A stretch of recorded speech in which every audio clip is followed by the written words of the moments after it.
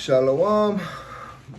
Gonna go over Origins of the American Indians by Lee Huddleston on chapter 1. And it says, the title is The Early Origin Literature Olvidado, something like that, to Acosta. Beginnings of the Origin Literature, 1535 through 1540. The October 1965 issue of American Antiquity, the leading publication in the field of early American archaeology, carried an article by Edwin N. Williamson on the history of the study of early man in America. In the brief space allotted to the pre-1780 period, and drawing largely from Justin Windsor's Narrative and Critical History of America, Boston, 1889. Williamson asserted that perhaps the most favored view among the early Spanish settlers was that Indians were not really human. He hinted that the popularity of the theory might be related to the Spanish desire to enslave Indians. This intriguing idea was not invented by Mr. Williamson. This writer has heard it in private conversations, in lectures, and student reports. The assumption that early Spaniards thought the Indians somehow non-human is evidently widespread. But so far as can be determined from the literature published at the time, the impression was a wholly false one. The source of such an impression is unclear, but it apparently stemmed from the misunderstanding of the controversy over the ability of the Indians to understand and accept the Christian faith, their ability to reason. Early reports frequently charged that the natives of the New World are without recognizable creed or religion. Columbus noted that a particular group of Indians do not hold any creed, but he added immediately, nor are they idolaters. Vespucci also observed that the Indians of Brazil were ignorant of religion. The belief that the Indians were inferior to Europeans no doubt predominated. After all, the Indians did not live according to Christian ideas. Yet many writers specifically aimed their beliefs that the Indians were descendants of Noah and as such must be capable of reason. Though this fact might be obscured by their idolatrous practices, so writers believed the Indians could become Christians. Such a belief was also implicit in the missionizing activities of the church and in the decree of Clement VII in 1530, authorizing the use of force in converting natives. Paul III made it explicit in his bull Sublimis Deus of 1537, which states that the Indians are truly men and are not capable. That the Indians are truly men and are not only capable of understanding the Catholic faith, but desire exceedingly to receive it. Certain factors appear to lend credence to the assumption that there was a belief in the non-human character of the Indians. For one, the assertion in a papal bull that Indians are truly men would appear to indicate that the point was in dispute. The implication, however, should not be greatly emphasized. The primary purpose of Sublimis Deus, other than the missionary objective, was to confirm the right of the Indians to possess property. thus preventing wholesale confiscation by the Spanish settlers. Paul affirmed that the Indians were truly men as part of his rationale for confirming their property rights. The interpretation is supported, though not definitely, of course, but the absence of any literature exposition of the idea that Indians were animals or creatures of the devil rather than men. The writers appear not to have noticed such a possibility. Few even questioned the ability of the Indians to reason.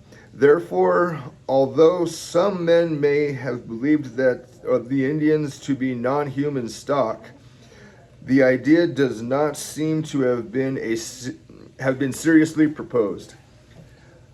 The literary debate on the problems arised by the presence of men in the New World begun in 1535 with the implication of the first part of Gonzalo Fernández de Olivedo y Valdés. Historia general y natural de las Indias, islas y la tierra firme del mar Océano. In Sevilla, other men such as Pedro Sancho, Francisco de Jerez, Cortés, and Miguel de Esteete had already written first-hand accounts of America. Their accounts were, however, concerned wholly with military and political developments. Their comments on the Indians were of little ethnological value. Sancho, in a passage typical of much of the other works, stated in his account of the conquest of Peru that the people of this province, as well as men and women, are very filthy, and they have large hands, and the province is very large. The reports of most of the conquistadores were similarly uninformative. With Olivedo, the other pattern of comments changed. His purpose differed from that of previous writers in that it was historical. Columbus and Vespucci concerned themselves with description. Angeleria produced a chronological narrative. Of other commentators wrote largely for political and apologetical reasons. Olivedo brought good credentials to the task. He had traveled in the Caribbean region of America extensively. He could therefore write with considerable first-hand knowledge. Furthermore, he had the writings of all the other commentators on the American continent. Olivedo then already written a brief Sumario de la Natural Historia de las Indias in 1526. La Historia General was the result then of both personal experience and long acquaintance with the literature on America. The complete Historia General was approximately 20 times the size of Sumario. Only the first part was published in Olivedo's lifetime. The entire work finally appeared in 1851 through 1855 in Madrid. The most recent edition, Ascensión de Paraguay, contains 14 volumes. Since Olivedo proposed a synthesis of all available material on the New World and a consideration of all its problems, he had to consider the questions of who the first settlers were and where they come from. The material on these points, which appeared in the volume published in 1535, consisted of the first literary discussion of the subject. Olivedo offered two opinions about the place of origin of the Indians. On the first hand, he hinted that Carthage might be their ancestral home. On the other hand, he thought it most likely that the earliest inhabitants of the New World descended from the ancient Spaniards. Olivedo's Carthaginian story introduced into the origin literature the most persistent of all the transatlantic origin theories. The story revolves around a statement attributed to Aristotle by one Theophilus de Ferrarius, something like that. In his Armirandis in Natura Audietis, or I don't know, something like that. The work by Aristotle from which the story was taken, Mirabilibus aut sectulasibus, or something, I don't know, was not available to the men of the Renaissance except by way of Theophilus. Fernando Colon, who apparently knew the story from Greek as well as Latin sources, included a Spanish translation of his own in his biography of his father. Since the story reoccurred so frequently, a translation from Fernando follows. Fernando Colon is actually Christopher Columbus's son, for anybody who didn't know that. And his translation of this story is such. It is said that some Carthaginian merchants in ancient times found in the Atlantic beyond the Pillars of Hercules a certain island which had never been inhabited except by savage beasts. It was all forested with many navigable rivers and abounded in all things that nature provided, but it was many days sailing from the mainland. On arrival there, the Carthaginian merchants, seeing that the land was good because of its fertility and its temperate climate, settled down. But the Carthaginian Senate, angered by this, publicly decreed that no one could go to the island under pain of death. Those who had first gone were condemned to death in order that news of the island not reach the other nations, and some stronger empire take possession of it, and thus make it contrary to the amicable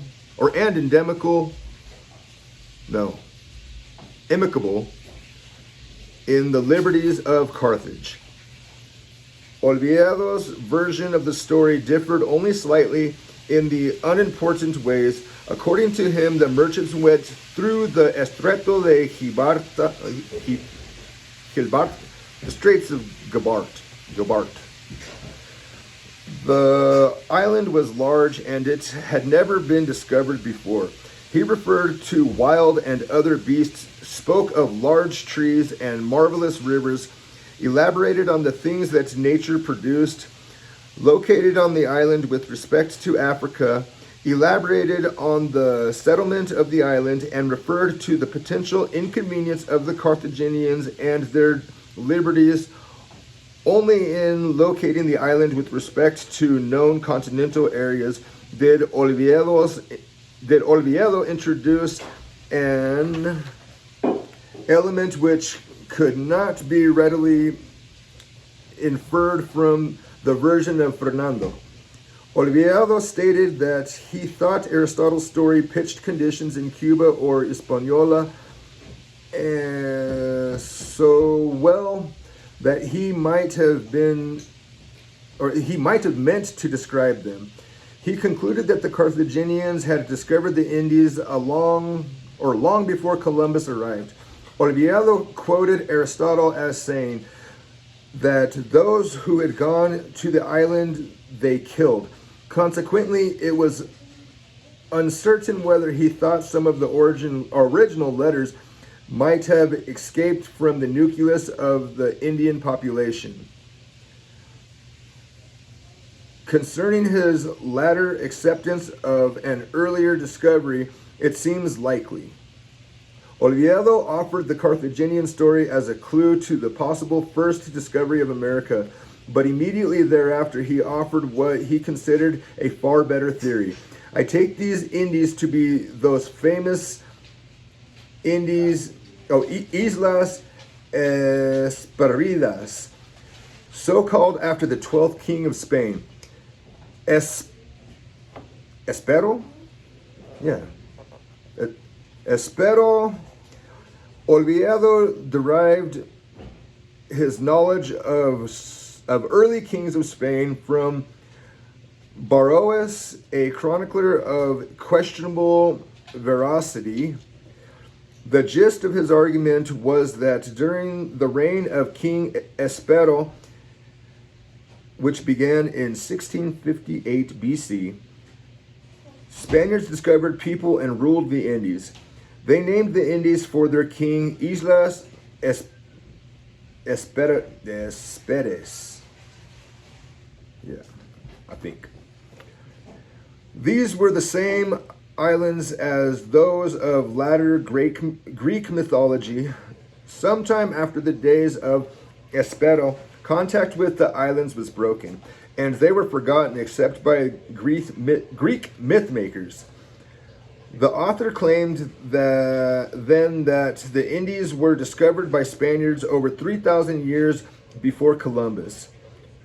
Through the agency of Columbus, God had returned the Indies to their rightful owner, the Spanish crown. Oviedo's primary purpose in the chapter devoted to the first settlers was to reveal who had found America first. Settlement was incidental, though he did not return to the question of Indian origins in the part published in 1535. There are, however, several references of interest to the discussion of the origins in the material he did not publish. He specifically rejected the idea that America might be connected to the land, or by land, to some part of Europe or Asia in the unexplored north. By implication, then, Oviedo eliminated the land bridge as a means of getting the first settlers to the New World. The impression with which the reader is left is that Oviedo intended to derive the total population of the New World from the Hesperian settlers. The Carthaginians may have added to the population at a later date. Some Spaniards did not receive Oviedo's Historia General y Natural favorably. In the latter years, several commentators took exception to his theories. One of the first literary consequences of the work was to spur Christopher Columbus's son Fernando to write a biography of his father. Vida del Almirante Don Cristóbal Colón, written largely to correct certain real and presumed errors respecting Christopher. The son was particularly incensed by Oviedo's attempt to rob his father of the glory of being the first discoverer of the New World. He completed the biography before 1539, but unfortunately he did not publish it. The book appeared first in an Italian translation in 1571. His arguments are, however, germane, and they illustrate the ability and types of information which could be turned against Oviedo's position. Fernando started his critique of Oviedo's Carthaginian and Hesperian theories by calling them fantasies, void of reason or foundation. He then made a detailed analysis of each story. Fernando charged that much of Oviedo's trouble stemmed from the fact that he did not know Latin and had to rely on someone else's bad translation. He quoted from the tale of Aristotle from a Greek version and berated Oviedo for his errors. Fernando also pointed out that Aristotle himself had cast doubt on the validity of the story by beginning with the word meaning "it is told," rather than claiming he had it on authority. The younger Columbus doubted the validity of the tale from internal evidence also. It did not seem reasonable to him that a land could be fertile if men were not around to cultivate it. Nor could he imagine the Carthaginian Senate disliking the discovery of so wonderful a place if they wanted to prevent someone else from taking it over and making it a threat to Carthage. Would it not have been more reasonable to settle it themselves rather than to attempt to suppress the discovery? After all, others might make the same discovery by accident as the Carthaginian merchants. Even if the fable could be credited, the description did not fit either Colombia or Española, since neither had fierce beasts. Fernando turned immediately from the first theory to the second. He accused Oliviado of misrepresenting his sources when he used Hymogenes to support his belief that the Hesperides lay in the western part of the Atlantic. Fernando was unfair in stressing this point. Oliviado mentioned Hyginus only once, and that was in reference to Berosus. According to Fernando, Hyginus mentioned the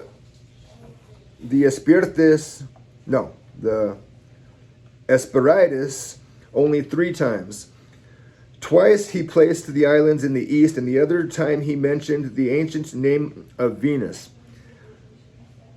Hesperus thus concluded, Fernando, if the Indies were known as the Hesperides in ancient times, Hyginus could only be used to argue that the name derived from Venus, the most prominent light in the western sky at sunset.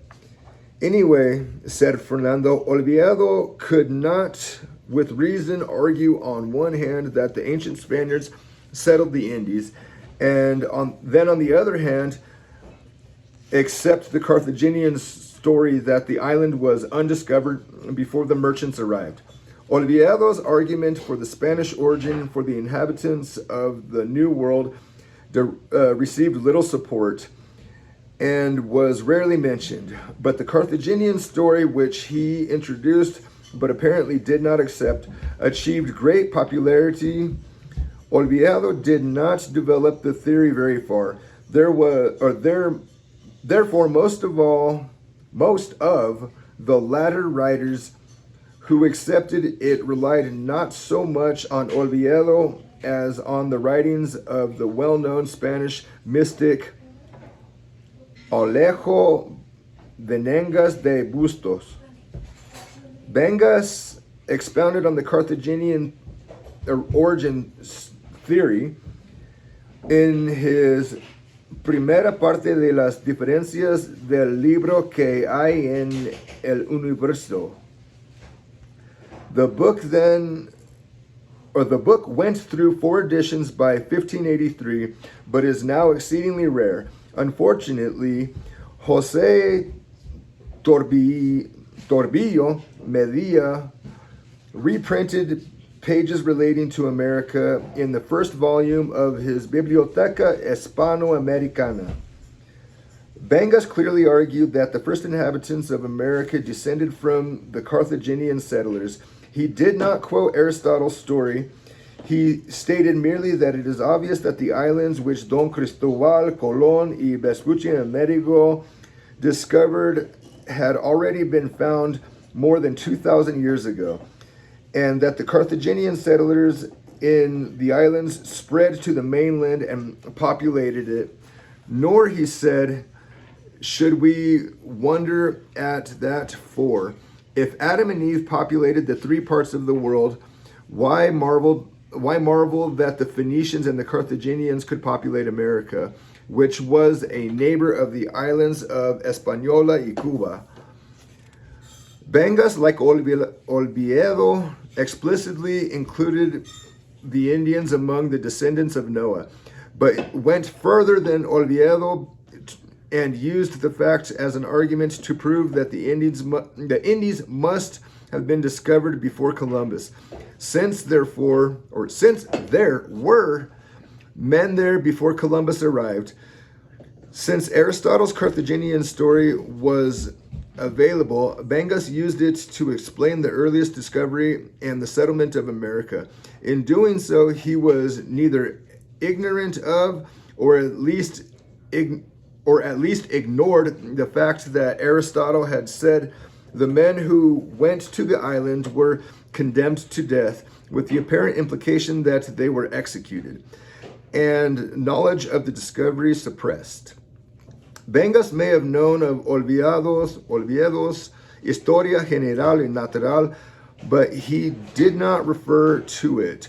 The stories of Aristotle were common knowledge among the educated classes of Spain, and the use of them to explain the origins of Indians would readily occur to a man who had seen the great transatlantic migration of the Spanish in the early 16th century. Expansion of the argument, 1540 through 1580.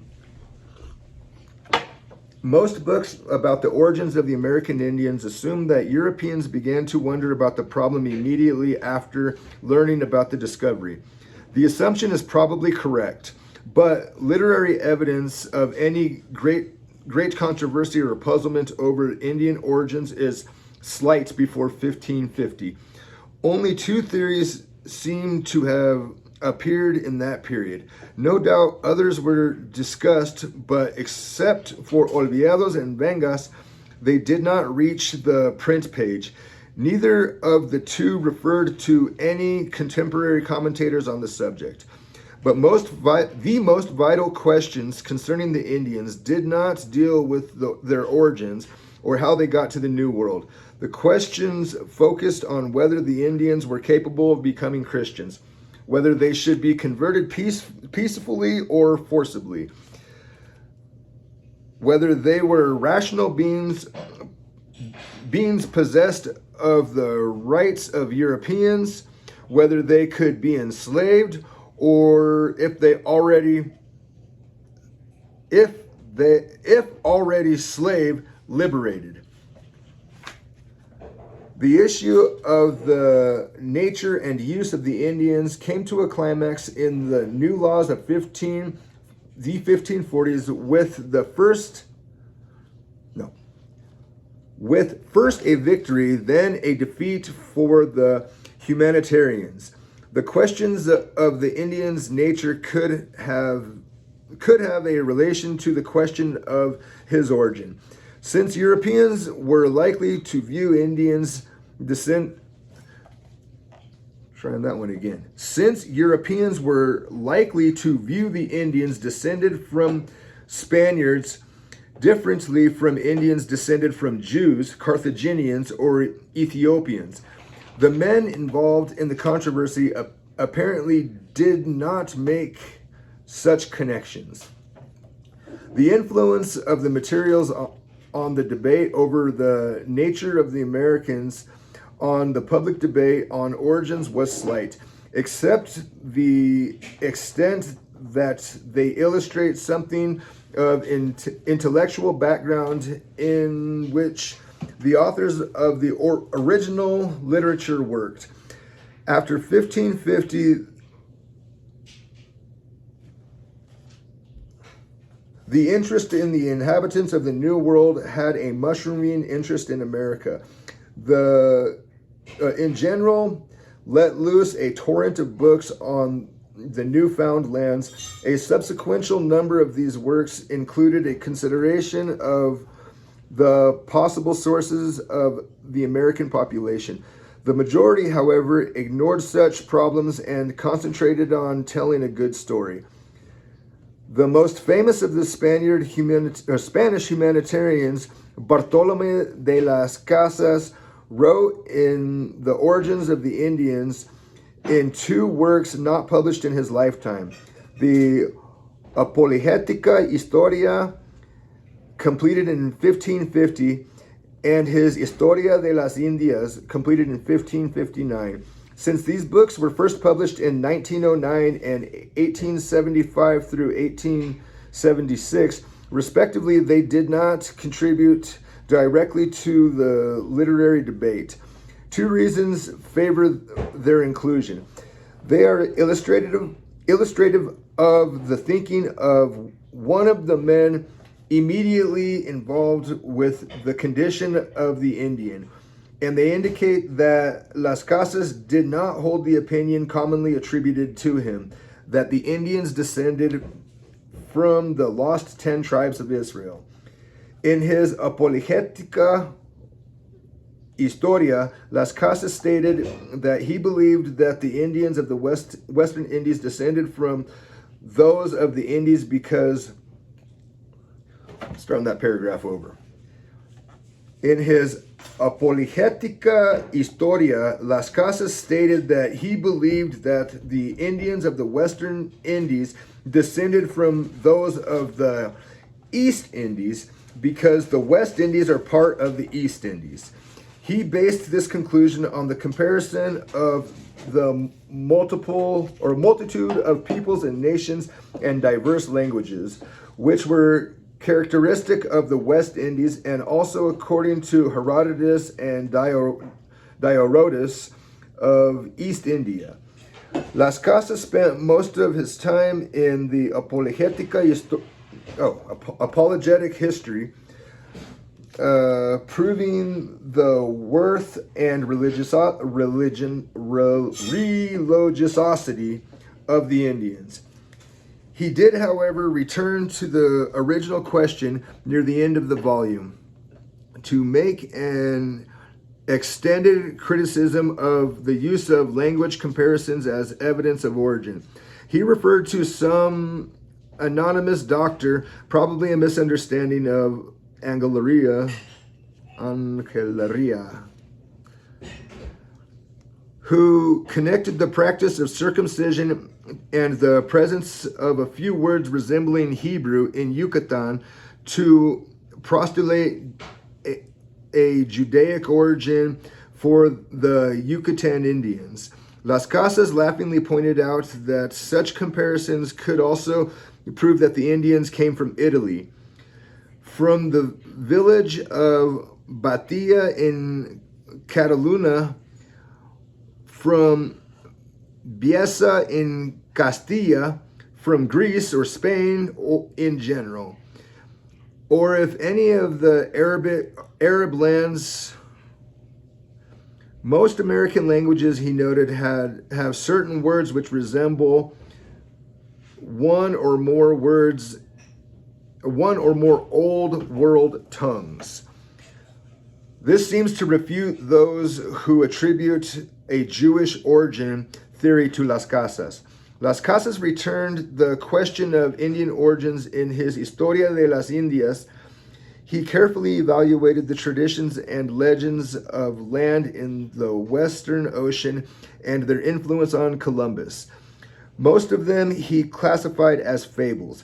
He did, however, accept the prior existence of Atlantis, but he did not postulate it as a possible source of the natives of America. He examined the Carthaginian story as told by Aristotle and rejected it as of dubious value. Las Casas then turned his attention to Oviedo and his theory of Spanish origin for the earliest Americans, borrowing heavily from Fernando Colon's manuscript biography of the Admiral. Las Casas disputed with Oviedo at length. He then rejected it as improbable, fictitious, and frivolous. He likewise rejected the identification of Hispaniola or any other American area with the biblical Ophir. Ophir, he argued, was in East Asia. On the whole, Las Casas was non-commental about who the Indians were, or where or how they had came to the New World. The Historia de las Indias contains no affirmation of the East Indian origin he had presumed in the Apologetica Historia of 1550.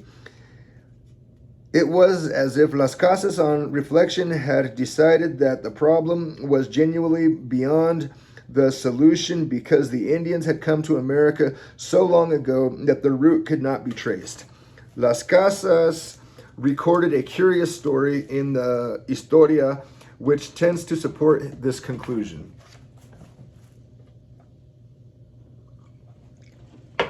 I have seen in the mines of Cibao a stadia or two deep in the virgin earth, in the plains at the foot of some hills, burned wood and ashes as if days ago a fire was made there. And for the same reason, we have to conclude that in the other times the river came through there. And in that place they made fire, and afterwards the river went away. The soil brought from the hills made by the rains covered it, and because of this could not happen except by the passage of many years and most ancient time. There is a great argument that the people of these islands and continent are very ancient. Las Casas did not pursue this line of thought, but the implications, even so, a brief statement, are staggering. 200 years would pass before such distinctively archaeological thinking would re-enter the search for clues to the antiquity and origins of the American Indians. Steno's Exposition on Index Fossils in Genealogy, not genealogy, did not appear until 1669.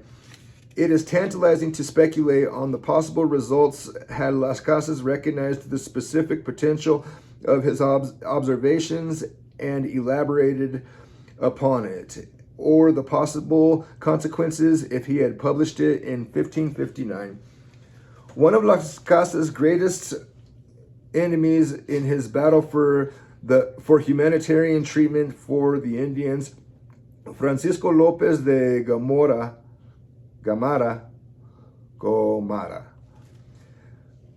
the secretary and biographer of Hernando Cortez, contributed to the debate in 1552. Lopez de Gomara published his Historia General de las Indias at Zaragoza. The book consisted of two parts, a general history and a chronicle of New Spain, which was essentially a biography, essentially a biography of Cortez. 6 editions of the book appeared before 1554, but it ran into considerable difficulty. The author despised the Indians and filled his volume with outrageous characterizations of them. He stated that their principal god was the devil, that they engaged in public sexual intercourse like animals and were the greatest sodomists, that they were liars, ingrates, and the source of syphilis. He further contended that many were cannibals and knew nothing of justice, that they were shamelessly nude, and they are like stupid, wild, insatiate asses, prone to novelties, drunkenness, vice, and fricklessness, that in short, they were the worst people God ever made. Lopez de Gomara wrote his book in part to persuade the Council of the Indies that they do not deserve liberty, consequently decided they should be enslaved. Las Casas bitterly resented these slanders on the Indians, on the Indians' character and strongly opposed the book, saying its author had never visited America, but merely wrote what Cortés told him to write. Las Casas' influence was sufficient to convince Prince Philip to suppress the book in late 1553.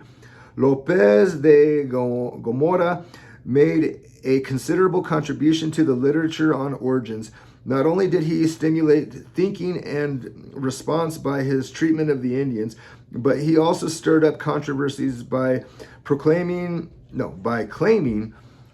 a pre-Columbian discovery of America by an anonymous pilot who Gomora claimed told Columbus about his find.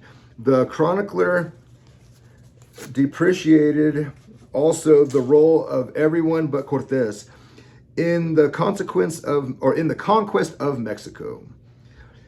He appears, moreover, to have been the first author to suggest Atlantis as a possible source for the aborigines of the Indies. His reasoning was that Mexican Indians used the word atl, ATL,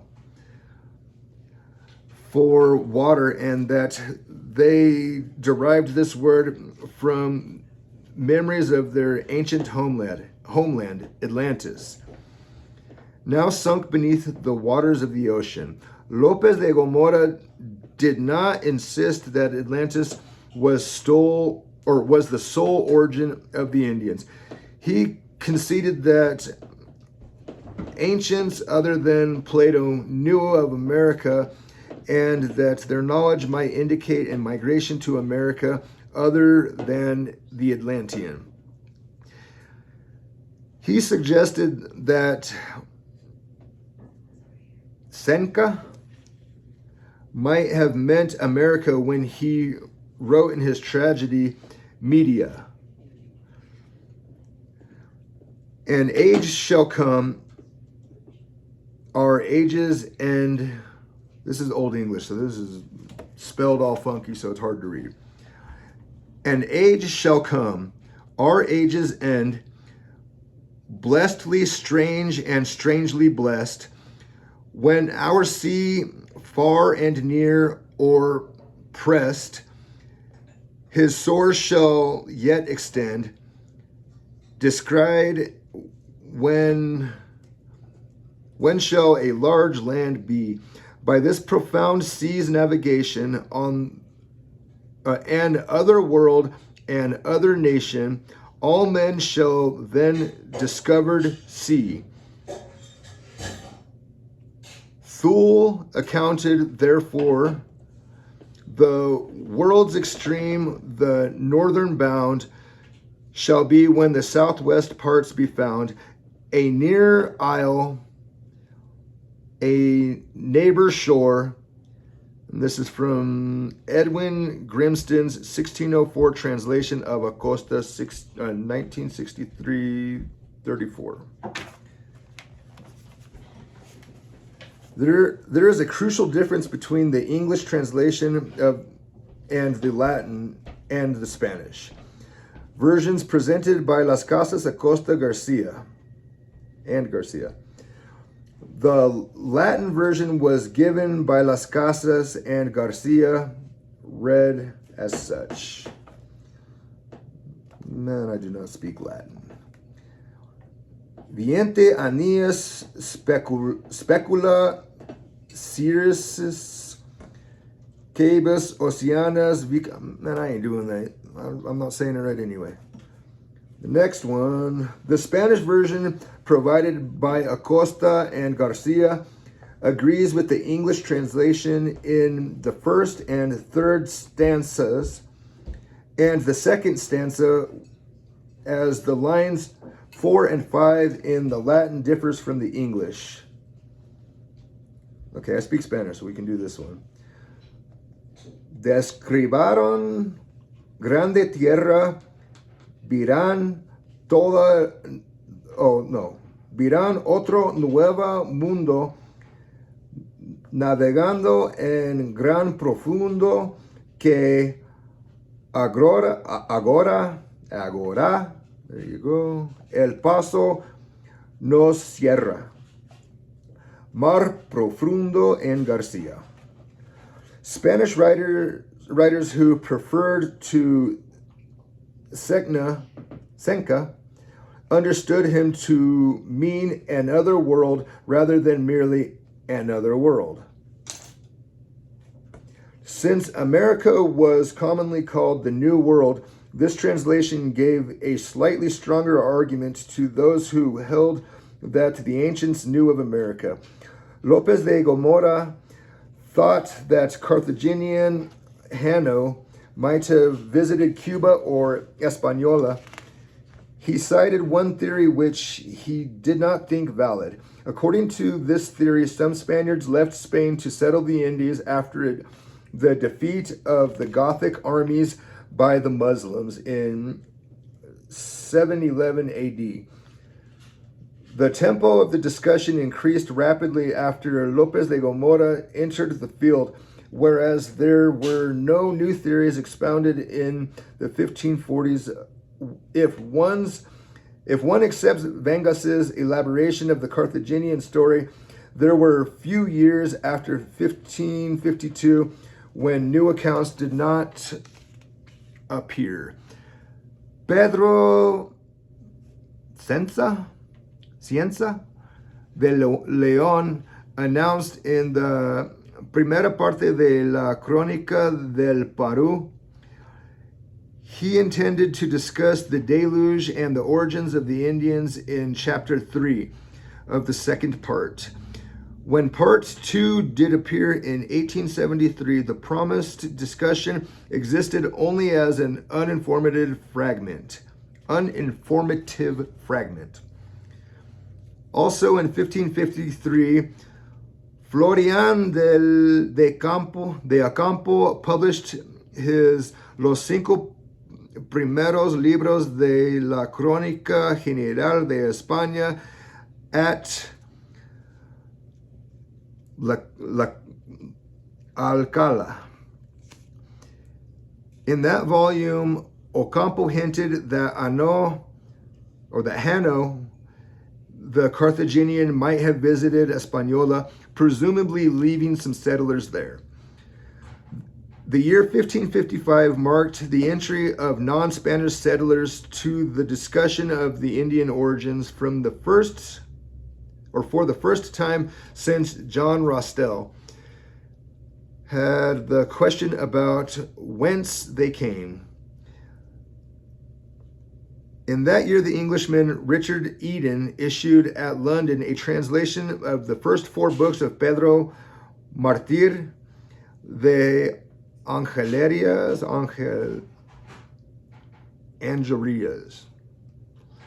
Decadas, and sections of Olvidados, Historia General y Natural, a second edition of Eden's translation with the last 4 books of Decadas translated by Richard Wiles, appeared in abridged form in 1577. In his introduction to the English reader, Eden made the rather puzzling assertion that since the creation of the world until the year before named, there hath been no passage from our known parts to the world of these new lands. Eden alluded that the Indians, having lived under Sathan tyranny, and asserted that they had souls, it would appear that Eden rejected the possibility of a transatlantic migration to America, but he gave no indication whence the Indians may have came. The other non-Spaniard whose work appeared in 1555 was the Portuguese Antonio Galvao. His Tratado was translated into English by Richard Hocklert as the discoveries of the New World from their first origin, or the discoveries of the world from their first original unto the year of our Lord 1555.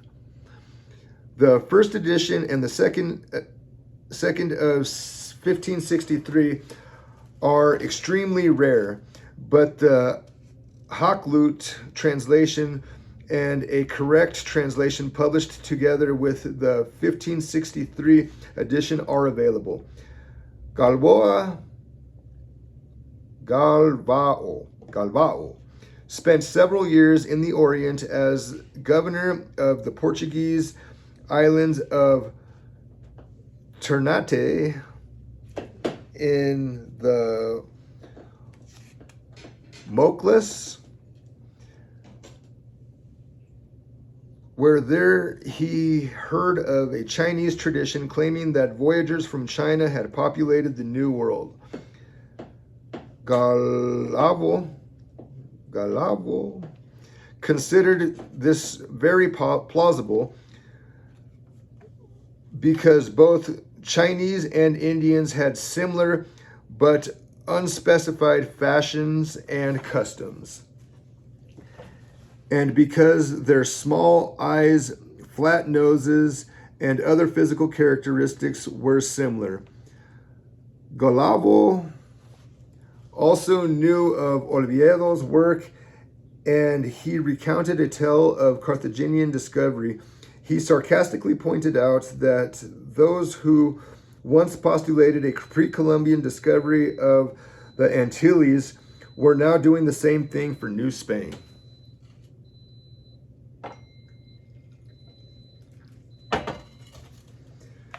The Spaniard Agustín de Zárate published his Historia del Descubrimiento y Conquista de la Provincia del Perú at Anvers in 1555. The book proved amazingly popular. Spanish editions followed in 1560 and 1577. An Italian translation appeared in 1563, one in German in 1564, in French in 1570, and in English in 1581. Zárate offered only one theory, an elaboration on the Atlantean theory of Lopez de Gamora. Zárate thought that the customs of the Atlanteans, as described by Plato, were still preserved in Peru. He concluded that people from Atlantis migrated to America before Atlantis sank into the ocean. Over the next few years, several writers contributed to the general discussion by elaborating arguments already current. Francisco Cervantes de Salazar accepted Zárate's argument for Atlantis when he wrote his Crónica de la Nueva España around 1560. The book was not published until 1914, but it was used as a manuscript by Antonio de Herrera in the early 17th century and by Andrés Barcia in 1729.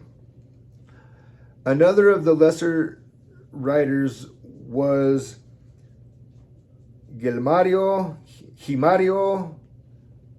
Benzoni, whose popular La Historia del Mundo Novo appeared in French, Latin, German, a Flemish translation before 1600.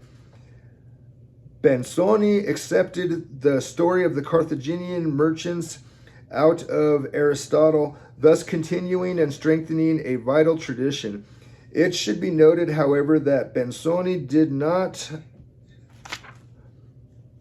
unreservedly support the Carthaginian origin theory. The hint is there, but there is no explicit endorsement. On the other hand, Vicente Palatino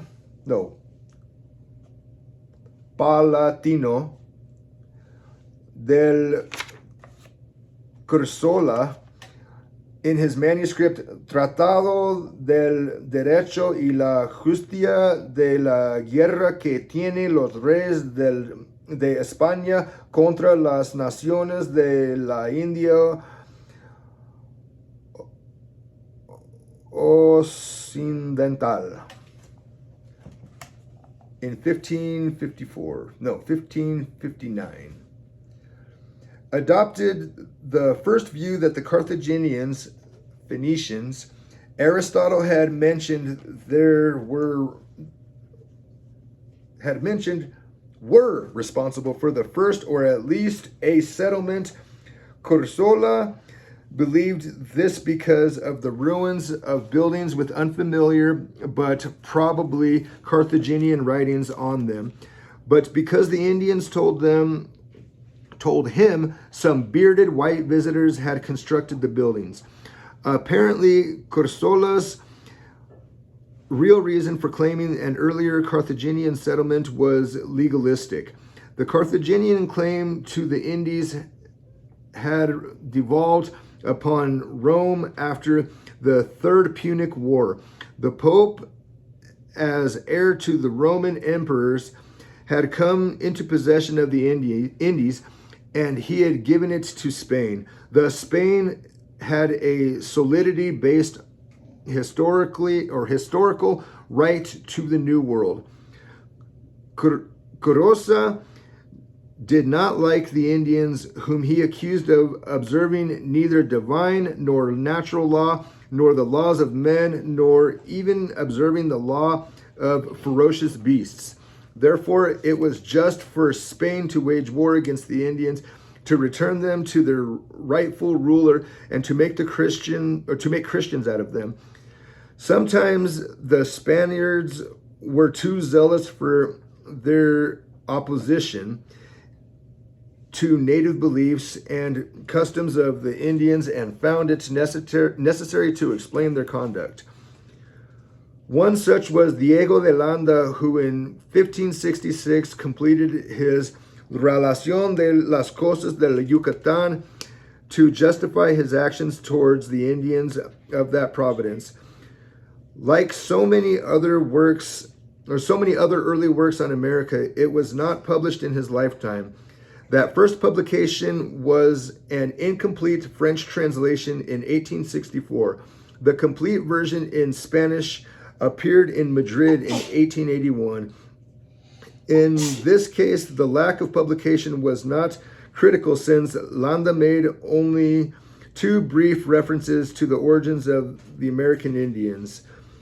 After relating an Indian legend of people coming from the land of the East through 12 paths opened through the seas, Landa observed that if this were true, they would be Jews. It should be noted that Landa did not offer a theory of Jewish ancestry for the Indians.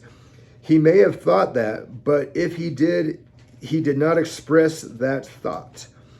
Landa did make one rather unusual observation. He disagreed with those who thought the civilization of the Yucatan was imported.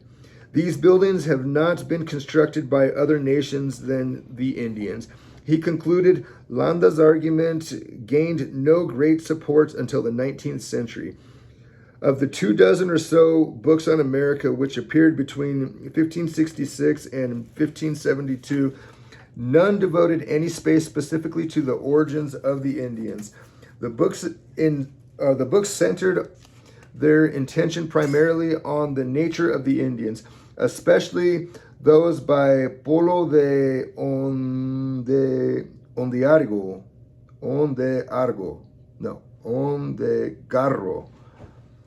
and Juan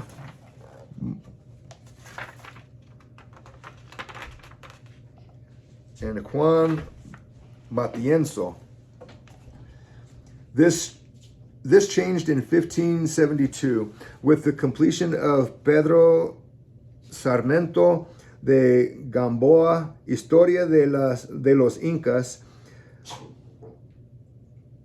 Sarmentino's volume, first published in 1906, contained the fullest statement to date of a particular origin theory. As a starting point, Sarmiento accepted an old Platonic legend, or the old Platonic legend of Atlantis. From that, he postulated a pan-Atlantic continent reaching from Cadiz across the central Atlantic to include the Antilles and the American continent. Atlantis was settled in regular order by the descendants of Noah by way of Spain and North Africa. These settlers produced a great empire which expanded even into those parts known as Hispaniola y Cuba. When Atlantis sank beneath the sea about 1320 BC, the Indies and the Canaries and the Cadiz were left. Those inhabitants who remained in the westernmost parts of the old empire produced the American Indians. Sarmiento thought the presence of flood legends among the Incas reflected their memory of drowning in Atlantis, or the drowning of Atlantis. Sarmiento felt, however, that there were certain characteristics of the Indians of the Yucatan and New Spain which could not be explained by the Atlantis story. He postulated that after the fall of Troy, Ulysses sailed westward across the Atlantic and reached Yucatan. For those of the land have a Grecian bearing and Grecian dress of the nation of Ulysses. They have many Greek words and use Greek letters. I myself have seen many signs and proofs of this.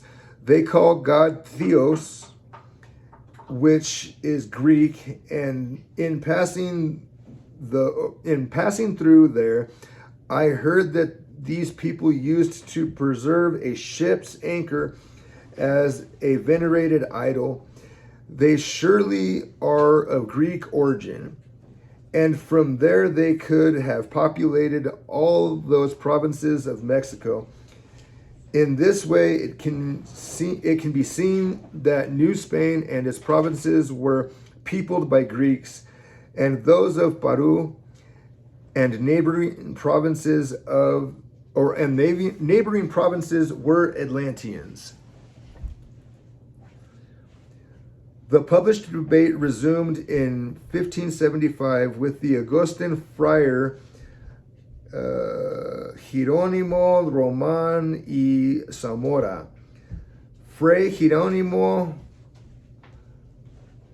served many years in the New World before he wrote his Repúblicas de Indias, Idolatrias y Gobierno en México y Perú antes de la conquista.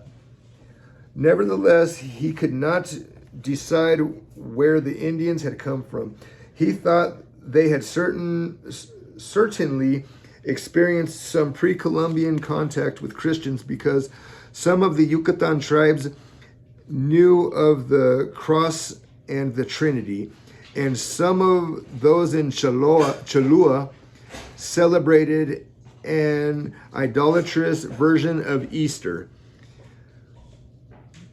But what was their original source? The Román y Zamora did not think that they descended from Hebrews. True, the Indians of the Yucatan practiced circumcision in connection with religion, but that practice was not particular to Jews, nor did he think word similarities such as Yucatan and Ictan, a great grandson of Noah. Oh, that's supposed to be Joktan. That's before they had a J. So Ictan, it says here, could be considered divisive because Indians had words that sounded like Latin, Tuscan, French, Spanish, and even Greek. Fray Jerónimo simply dismissed the theory that the Indians descended from ancient Spaniards as another mistake. The only certainty, said Dromoni Zamora, is that the Indians are descended from Adam. Also, all men and animals except those on the ark perished in the flood, and those men now in the world descended from Noah's sons. But whether the line of Japheth, Shem, or Ham populated the New World or any other particular area must remain unknown, because only the Hebrews know their full genealogy. No, they don't.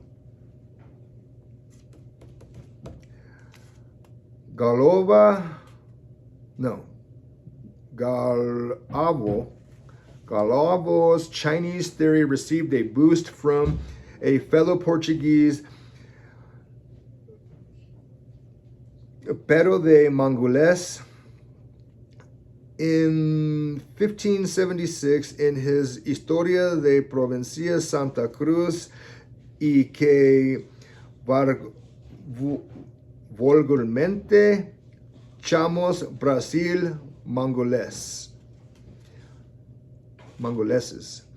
Noted the flattened face of the Brazilian Indians had suggested that they strongly resembled the Chinese. This did not constitute an endorsement of the Chinese theory, but the hint was there. The last of the Spanish books to be considered in this section is Bernardo de Sahagún, Historia General de las Cosas del Nueva España. Shogun wrote it in Nahuatl between 1547 and 1569. He translated it into Spanish in the 1570s, and in that form it was used by such writers as Herrera y Torquemada. At the beginning of the 17th century, it did not appear in published form until 1840. Shogun's chief purpose in writing his Historia was to collect the vast Nahuatl folk literature before it was irreparably lost. Consequently, though he recorded the Indian origin myths and legend, at length, he paid little attention to the ultimate origin of the natives. He did, however, make a point of insisting that the Indians were all of our brothers, descendants of the stock of Adam. Lord Kingsborough claimed that Shogun, whose manuscripts had at one time been confiscated, got them back in conjunction to write nothing to prove that the Hebrews had colonized the world. This seems hardly credible since, as will be shown in the following section of this essay, other Spaniards contemporary with Shogun were attempting to prove a Hebrew origin for the Indians. However, it is true that Shogun did not write that Hebrews had colonized America. In addition to the great number of Spanish commentators and the British and Portuguese writers already known, one other Englishman contributed slightly to the debate on Indian origins. In 1578, William Bourne published a volume entitled Book called A Treasure for Travelers. According to Sharon, Bourne accepted a version of the Atlantis story and argued that the earliest inhabitants of America were Japhethites. The great scholar of Tudor geography, E.G.R. Taylor, said that the book dealt with menstruation,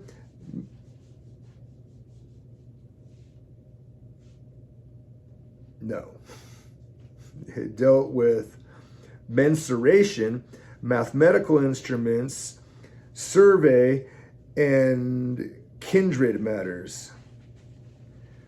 It was apparently not, as Williamson indicated, designed to amuse leisure travelers.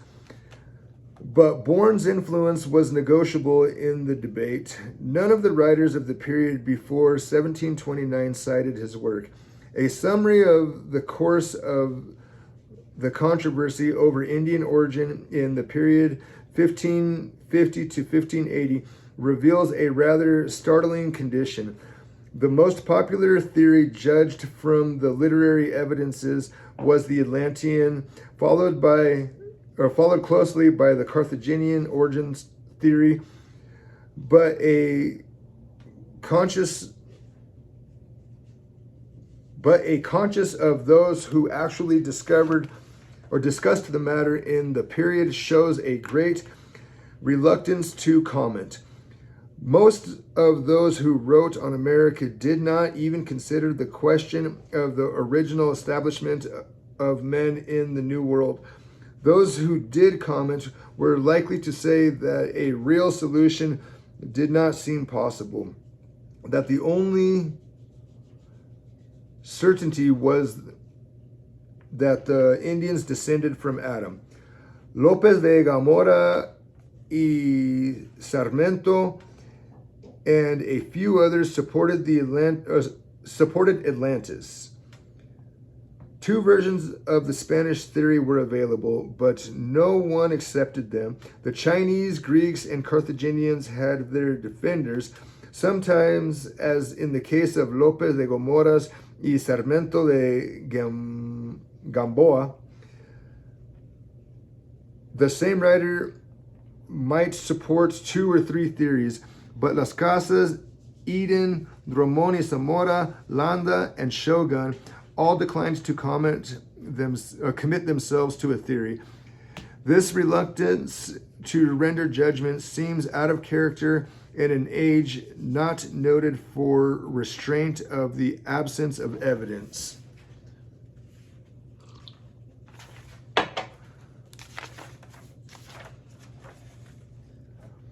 The 10 lost tribes of Israel and the Ophirites. One puzzling aspect of the early thinking considering Indian origins is the lack of any serious consideration of the possibility that the Indians descended from the 10 lost tribes of Israel.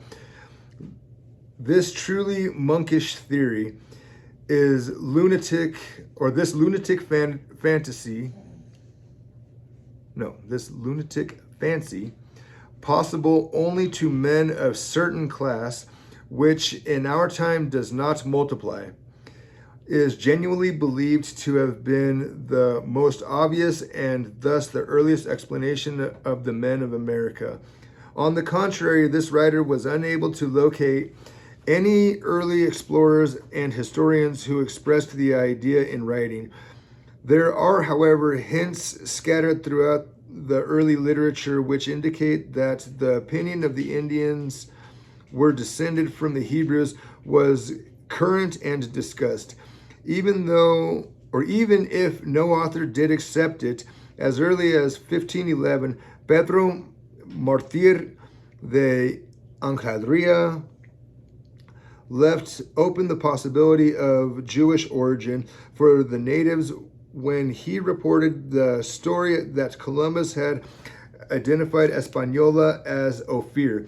Presumably, if Hispaniola was Ophir, Solomon's sailors might have left the progenitors of the Indians, those who later adopted an Ophirian origin theory, and expounded it, invariably claimed that the New World was already populated in the time of Solomon and that his navy merely visited it. Alejandría later noted in the part of his Decadas printed in 1530 that the Indians of the Yucatan practiced circumcision, but he did not postulate a Judaic origin. Many of the early writers had been credited with a belief in the Judaic origin of the Indians. Mrs. Simon in common with Lord Kingsborough's other disciples, claimed that virtually all the early Spanish writers believed this theory. Many modern authorities, such as Embelloni and Washupe, accept the attribution of such a belief as Olvidado, Las Casas, Garcia, Juan de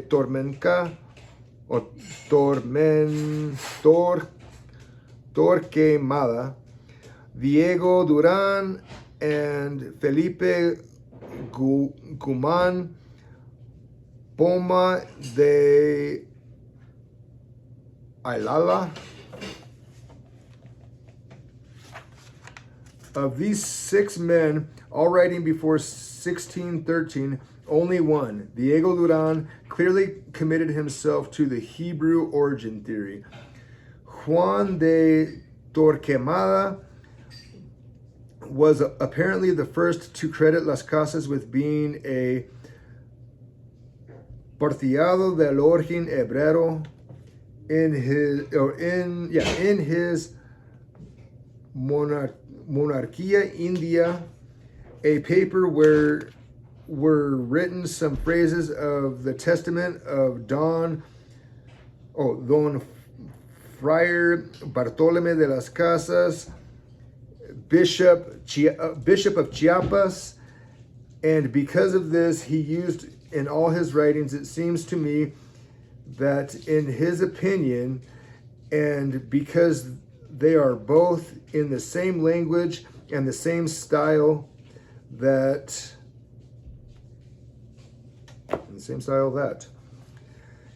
in his Apologética Historia, Las Casas berated the doctor who had postulated a Jewish origin on the basis of a few words and the practice of circumcision. He also rejected the possibility of Jewish contact with America in the time of Solomon in his Historia. Furthermore, although Las Casas referred to Esdras, which was later used as a basis of the Lost Tribes theory, he did not use it in such a context. The charge that Torquemada held to a Jewish theory is more readily disproved. Torquemada continued the statement quoted above in this matter, and if it is, I say that despite this great authority and wisdom, I am not persuaded that these Indians are of those tribes. Torquemada followed this with several pages of reason to prove, as the title of the chapter reads, de cómo las gentes de esta Indias occidentales,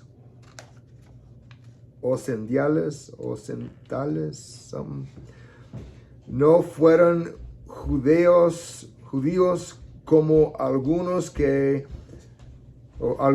han querido sentir de ellos y se contradecían sus razones. It is difficult to understand how anyone who even looked at Torquemada's table of contents could credit him with the belief in the Hebrew Indian theory.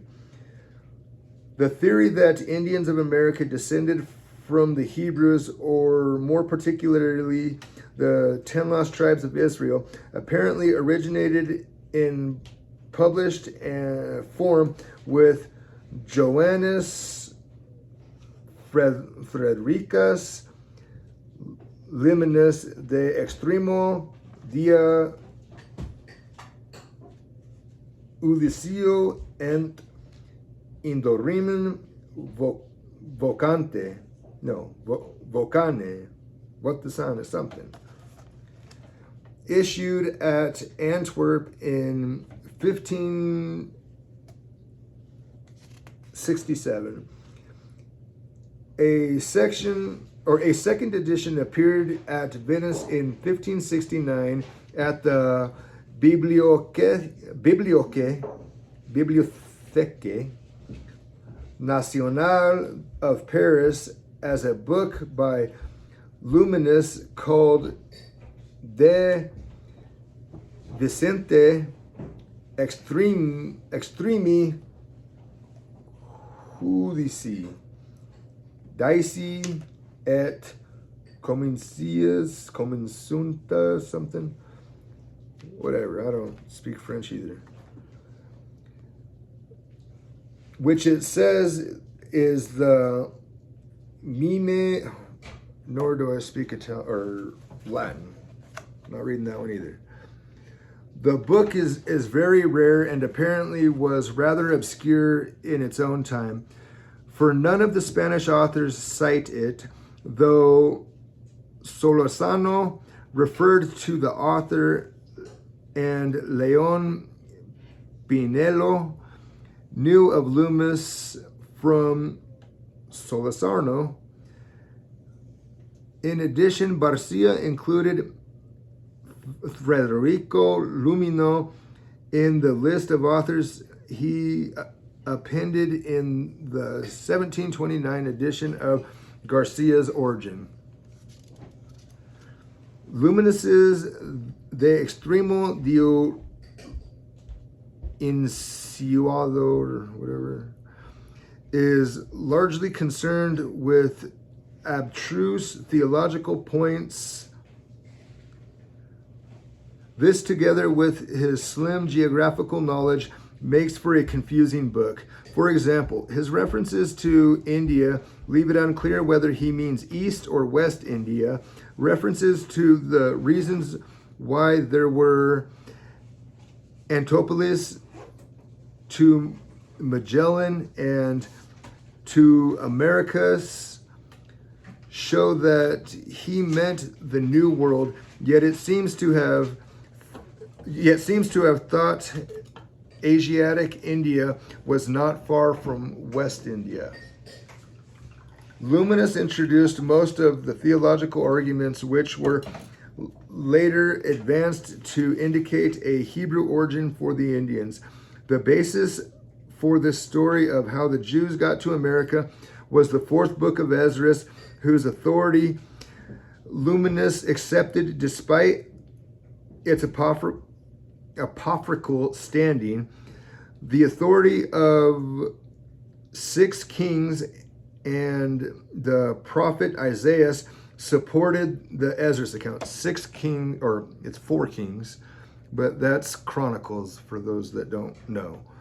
The authority of 4th Kings and the prophet Isaiah supported the Esdras account, and detailed discussion of these pages or passages and the development of the biblical arguments for Indian origins will be given below. Briefly, Luminus's argument was that the 10 tribes of the Hebrews exiled to various parts of the Assyrian Empire by Shalmaneser had escaped to Arzareth, which Luminus identified as India or America. Spanish writers who adopted or commented upon the Hebrew origin theory originally did not cite other contemporary authors as sources for their opinions. When they did, the most frequently cited work was the Chronographia of Gilbert Génébrand, a French cosmographer and clergyman. The book appeared at Paris in 1567 and was highly used in Europe. But even before Génébrand broadcast the Jewish origin theory, several Spanish friars working in Mexico had arrived at the same conclusions. 2 of them, Juan Suárez de Peralta and Diego Duran, had completed their manuscripts around 1580. A third, Juan de Tobar, worked with Duran, and supported both his own and Duran's work to Joseph. Let's try that again. Worked with Duran and supplied both his own and Duran's work to Joseph de Acosta for use in his Historia Natural y Moral. Juan Suárez de Peralta, Tratado del Descubrimiento de las Indias, Descubrimiento is what I think that's supposed to say, de las Indias, remained unpublished until 1878. Diego Duran's Historia de las Indias del Nuevo España y las Islas de Tierra Firme appeared in 1867, and in 1888, Juan de Tovar, a relative of Duran, wrote in his Relación del Origen de los Indios que obtienen esta Nueva España según sus historias. In the 1570s, the manuscript was lost and not found again until 1856. For many years, it was referred to as the Códice Ramírez. Only in the past 2 decades has Tovar been accepted as its author. In addition to these 3 friars working in Mexico from the Mexican materials, Miguel Cabello Balboa wrote his Mezclian Artática at about the same time from Peruvian materials. Cabello Balboa's Mescalia was published first in 1840, a French language excerpt. A copy of the manuscript was edited and published in 1945. The Mescaliana proposed a non-Jewish Ophirian origin from the Indians and will be used here to clarify the distinctions between Jewish and Ophirian theories, so frequently ignored in modern studies. Although Suárez de Peralta, Duran, and Cabello Balboa remained unpublished until the 19th century, a discussion of their works is useful to illustrate the growing complexity of the discussion and to point up the developments of the differences between the Jewish, Canaanite, and Ophirian origin theories. All 3 books circulated in manuscripts and did therefore contribute to the expansion of the controversy, even though they were not widely available. Juan Suárez de Peralta was the earliest identifiable Spaniard to endorse the Lost Tribes of Israel theory, and even his acceptance was qualified.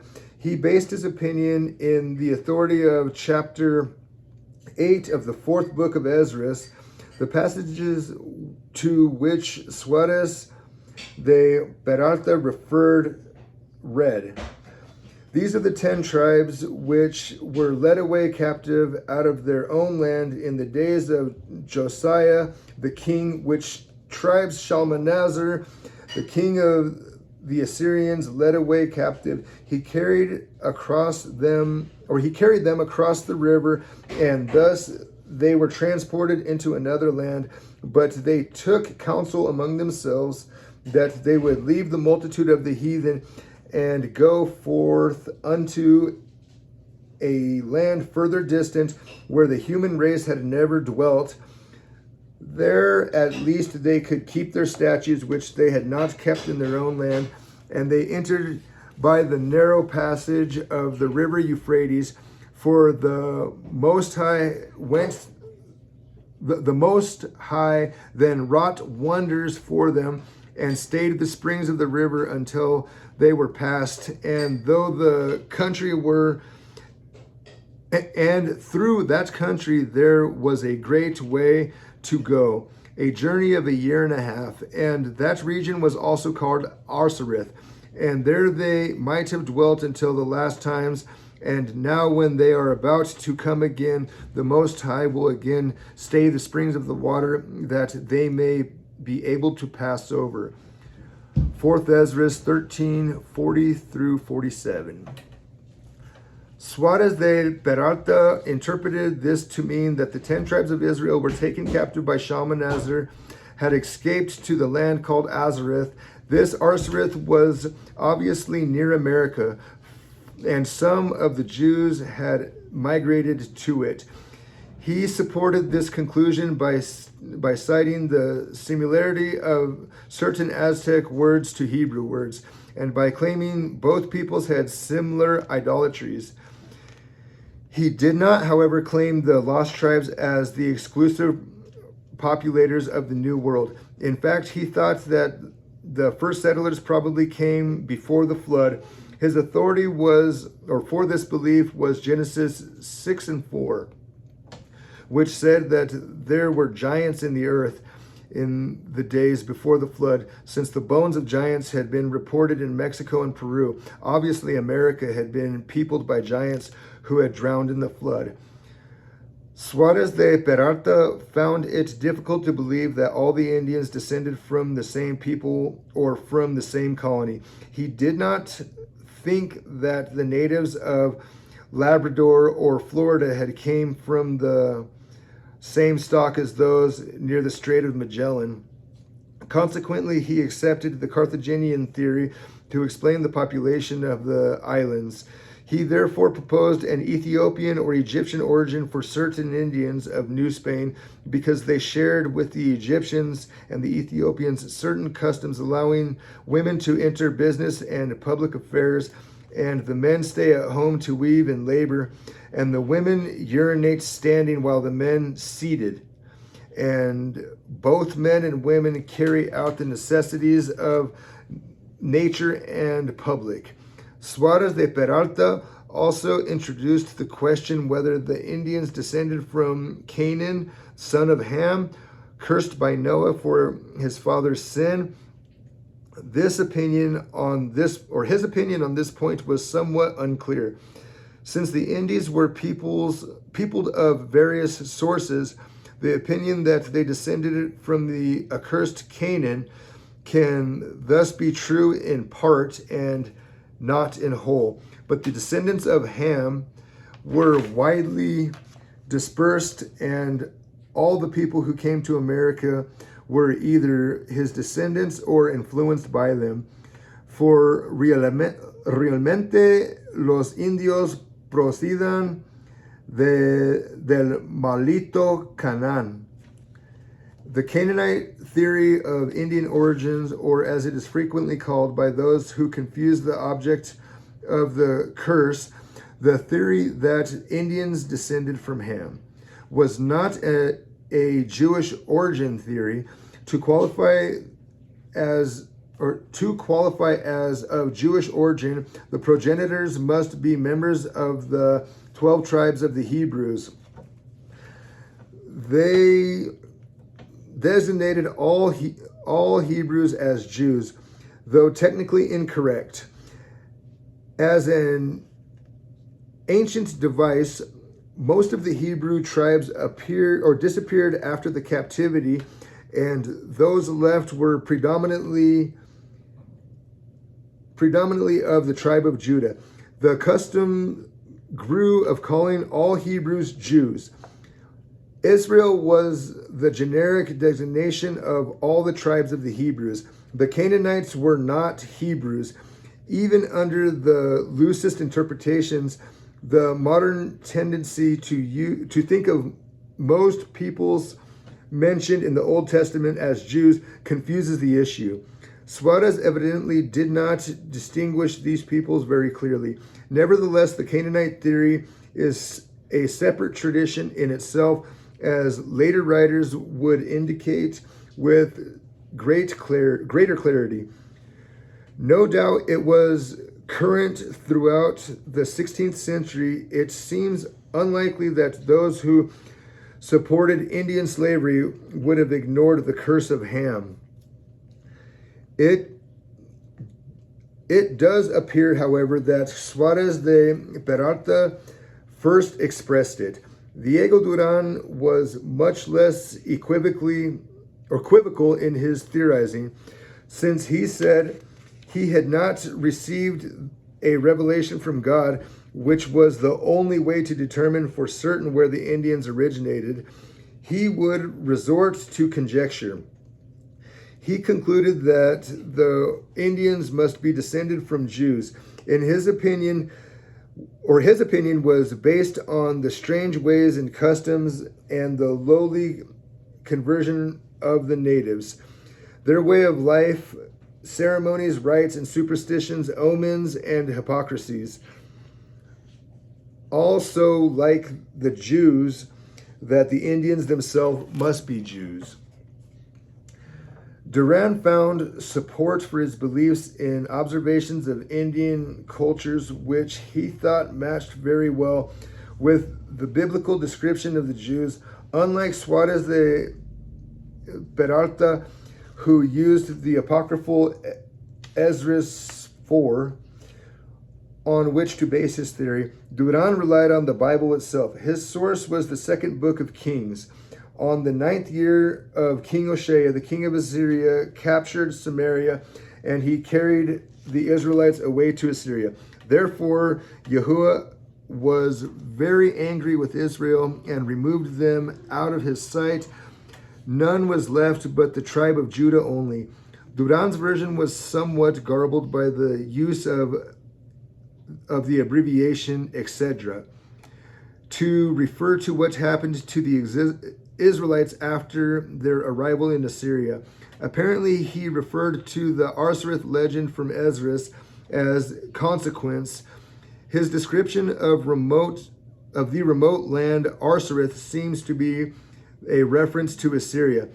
Evidently, the story was so well known that it did not require elaboration. Duran found additional confirmation in the story of Hosea 1 and 10, that God had promised to multiply the people of Israel like the sands of the sea. Surely, he argued, this promise was fulfilled by the multitudes the Spanish found in the New World. Furthermore, he noted the Indians of Mexico had traditions of long journeys, such as the one from Assyria to Arsareth. They also had traditions of flights, such as the Exodus from Egypt. Other proofs include common traditions of earthquake, which swallowed evil men, and of objects, manna, falling from heaven, and the fact that an old Indian had begun his tale of the origins of his people with the words, "In the beginning, God created the heavens and the earth." This story, Duran reported, roughly paralleled Genesis 1 and 2, 6 and 11. Finally, Duran compared the secret mountain sacrifices, legends of pests, plagues, wars, and other disasters, child sacrifice, and cannibalism. He thought all these legends and myths were common to both Indians and the lost tribes of Israel. And at this point, Duran introduced his strongest argument, that which most forces me to believe that these Indians are of Hebrew lineage, is the strange propensity they have not casting away their idolatries and superstitions, living by them as did their ancestors. As David said in the 105th and 106th Psalm, the relevant passages read, "They served their idols, which became a snare to them. They sacrificed their sons and their daughters to the demons. They poured out innocent blood, the blood of their sons and daughters, whom they sacrificed to the idols of Canaan, and the land was polluted with blood." The friars of Mexico, working as they did with the Aztec legends of vast migrations, came more readily to the lost tribes theory than those working in the other areas. The legendary wanderings of the Aztecs found a responsive chord in the Christian steeped in traditions of Jewish exodus. By the last quarter of the 16th century, the work of such men as Motolina, Shogun, Duran, Tovar, and Suarez de Peralta had made the Aztecs' oral history available. It was not until the Aztecs' own views about their history became widely known that the obvious, though superficial, parallels with Jewish traditions could be made. Furthermore, it was not until these comparisons had been made that the writers began to make extensive use of biblical and related traditions to the explanation and support of their theories. Most writers on Indian origins before 1580 did not use the Bible in constructing their theories. Many relied exclusively on non-biblical literary sources. Most went no further into the scripture than to incite that